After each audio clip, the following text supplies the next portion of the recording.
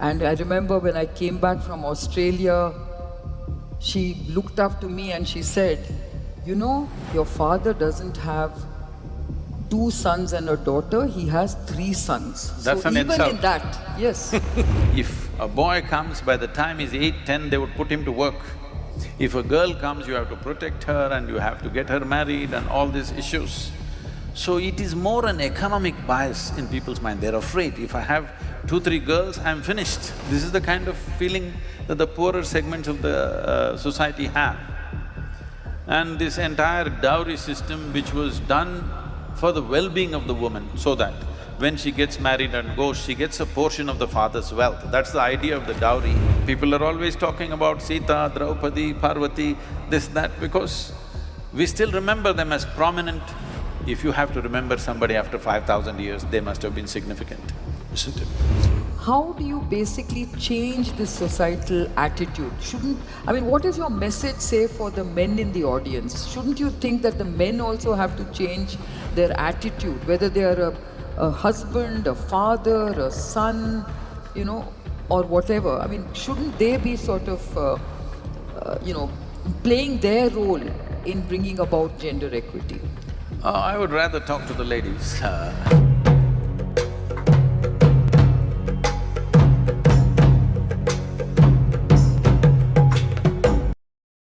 And you said, and I was very taken with that statement you made, that I am human. That is to say that you're proud of being a human being and that you got this life in you which is very, very unique. And I want to actually take that sentence of yours and say, I'm a woman. Oh. And I want to raise a very important subject which has always worried me a lot, and that is about the very, very serious gender bias that we have in society across the world, but I want to focus on our own country. At least you got a day for yourself. There's no man day, yeah?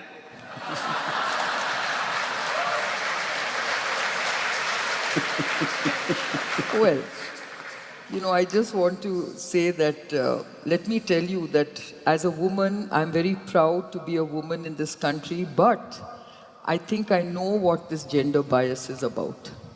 Because right from the time I was born, I have seen this gender bias in society. And I really want to discuss this with you, Sadhguruji, because I really think it's very important for me to, understand from you about certain things that have always been of concern to me as a woman, because I remember my mother telling me when I was born that although my parents were overjoyed, my late grandmother, that is my father's mother, my late father's mother, was deeply disappointed that the first child born in the family was a girl child.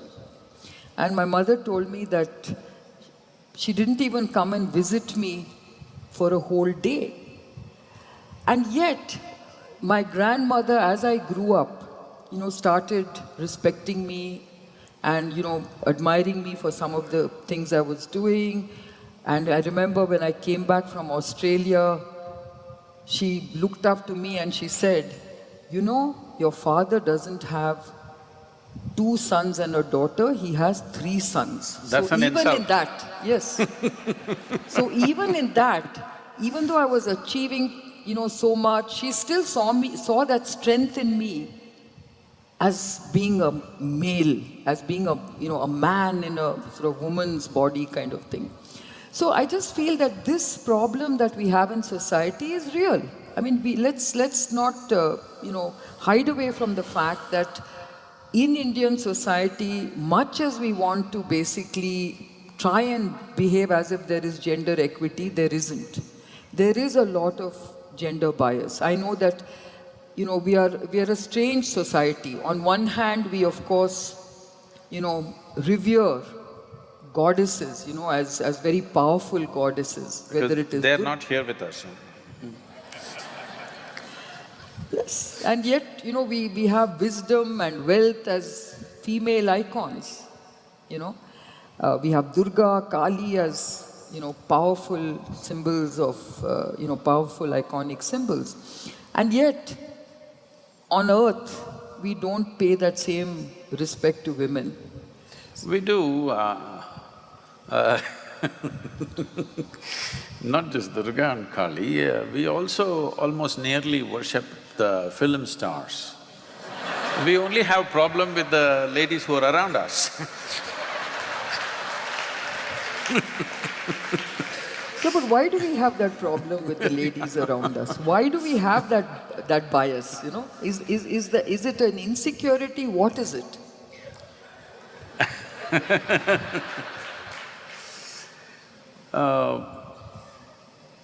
There's a larger aspects or many aspects enmeshed in this.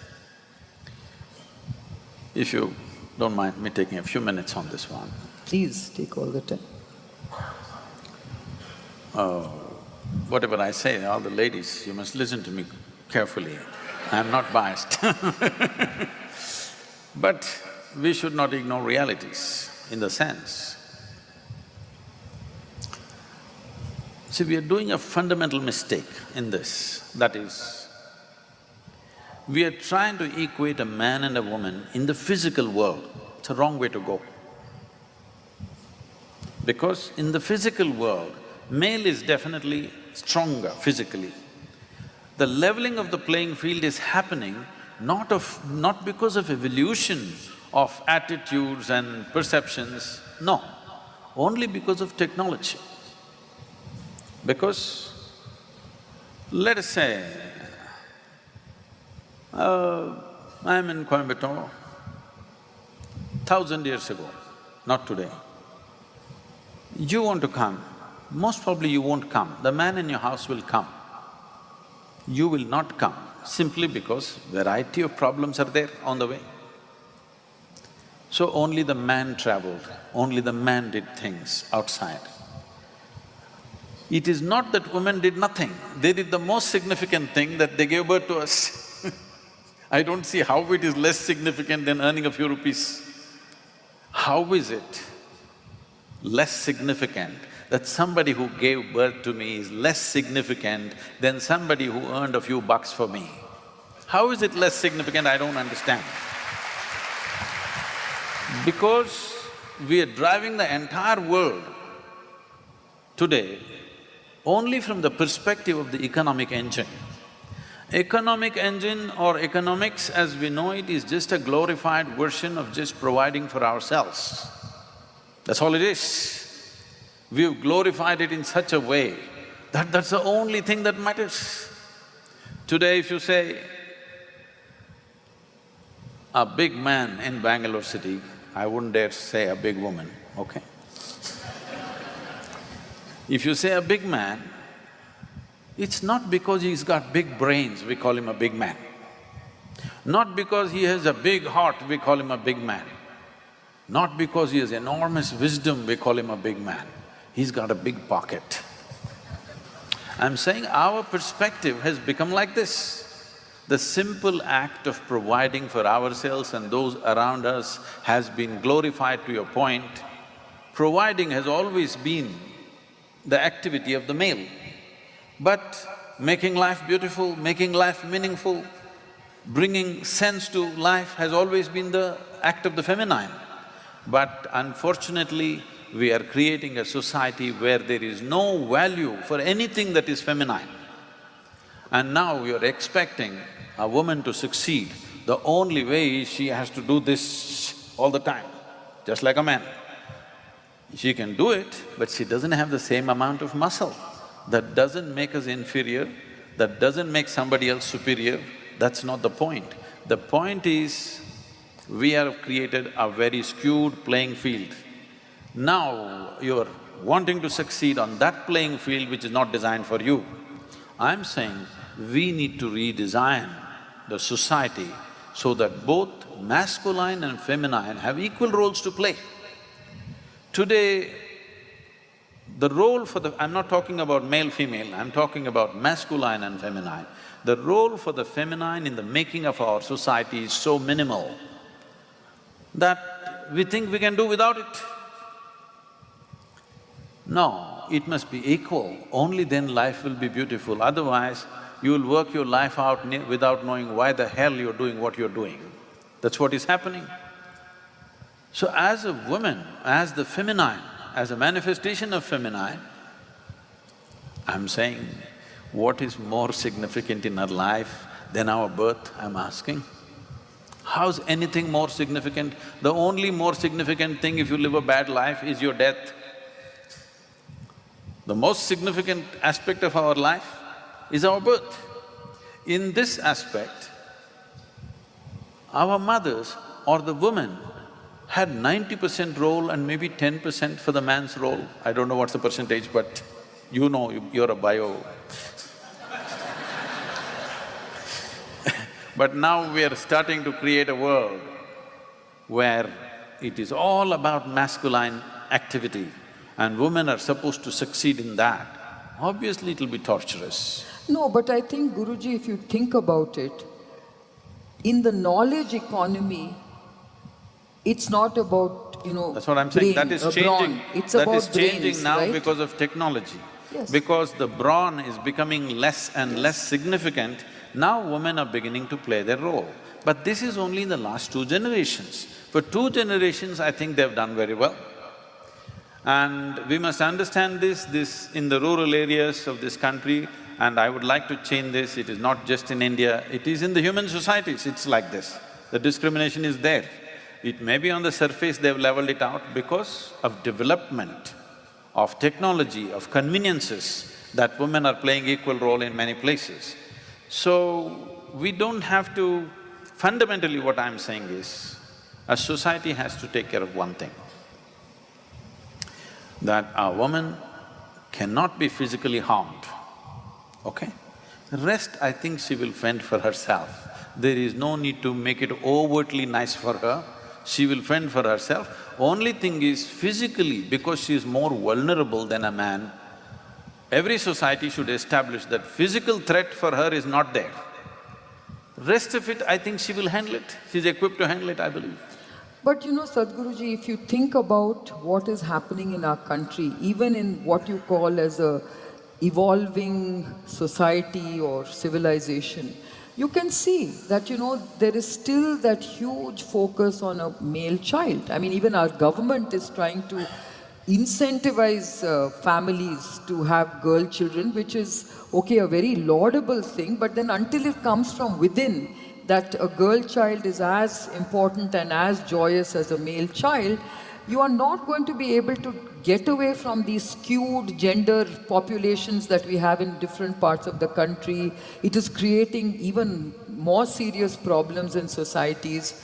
And you also have a very poor representation of women in many parts of our ecosystem. We know that, today if you look at politics, whether you look at boardrooms, whether you look at any aspect of our daily lives and the economy, there is a underrepresentation. Here on the stage, there's equal representation. Yes, I agree with that.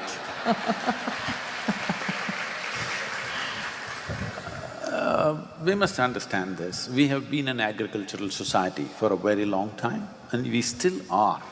Living in Bangalore, you may think you are a tech society, but no, India is still an agricultural society. Over 65% are still involved in agricultural activities. In that society, it's very important to have a son, for a variety of reasons, for economic activities. Another thing is, we valued our women big time at one time, but in the last 10-15 generations, we have been so… our poverty has taken over the society so badly that if a boy comes, by the time he's 8-10, they would put him to work. If a girl comes, you have to protect her and you have to get her married and all these issues. So it is more an economic bias in people's mind. They're afraid, if I have 2-3 girls, I'm finished. This is the kind of feeling that the poorer segments of the society have. And this entire dowry system, which was done for the well-being of the woman, so that when she gets married and goes, she gets a portion of the father's wealth. That's the idea of the dowry, which has taken on such an ugly form today. All these things turned against, but fundamentally, discriminations have come not because of gender basis, but because of economic basis has gotten skewed into a gender process. Otherwise, particularly in this society, right from ancient times if you look at it, say, I will just look back and see, in every other civilization in the world, let's say beyond 1500 or 2000 years beyond that, how many women's names are even remembered? This is a country where we have many women who are prominent women of those times, who still today, they're part of our lore, they're part of our culture.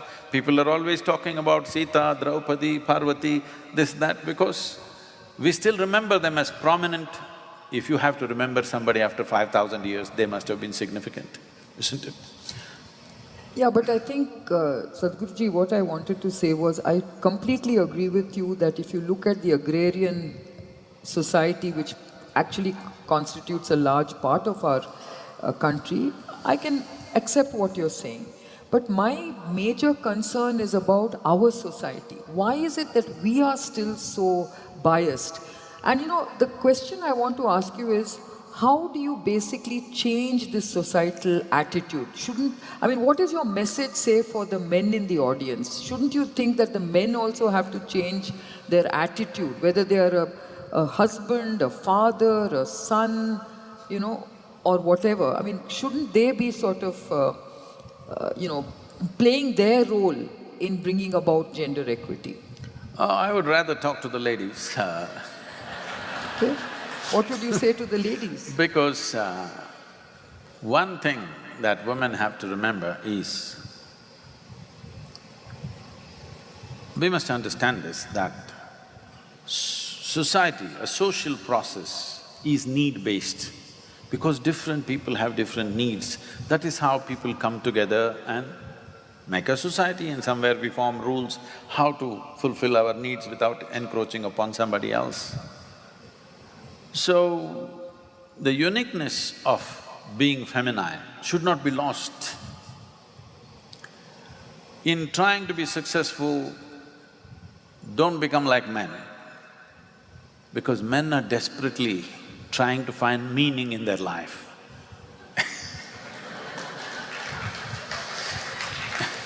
In many ways, later on disillusionments may happen, but in many ways, at least at the beginning stage of life, a woman brings meaning to a man's life. It's very important for him.